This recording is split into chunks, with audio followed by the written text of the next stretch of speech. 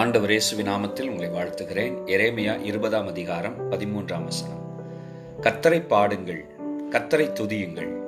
அவர் எளியவனுடைய ஆத்துமாவை பொல்லாதவர்களின் கைக்கு தப்புவிக்கிறார். இந்த காலை வேளையிலே ஆண்டவர் துதிக்கப்படத்தக்கவர். அவரை பாடி துதியுங்கள். அவர் எளியவர்களாகிய உங்களுடைய ஆத்துமாவை அவர் தப்புவிப்பார்.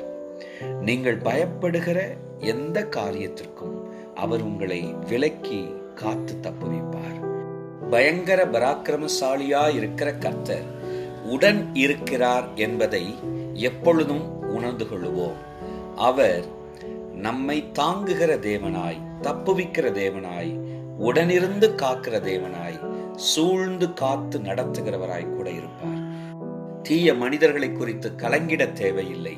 அவர் பாடும்படி துதிக்கும்படி உங்களை நடத்துவார். ஜெயமாய். Praise the Lord.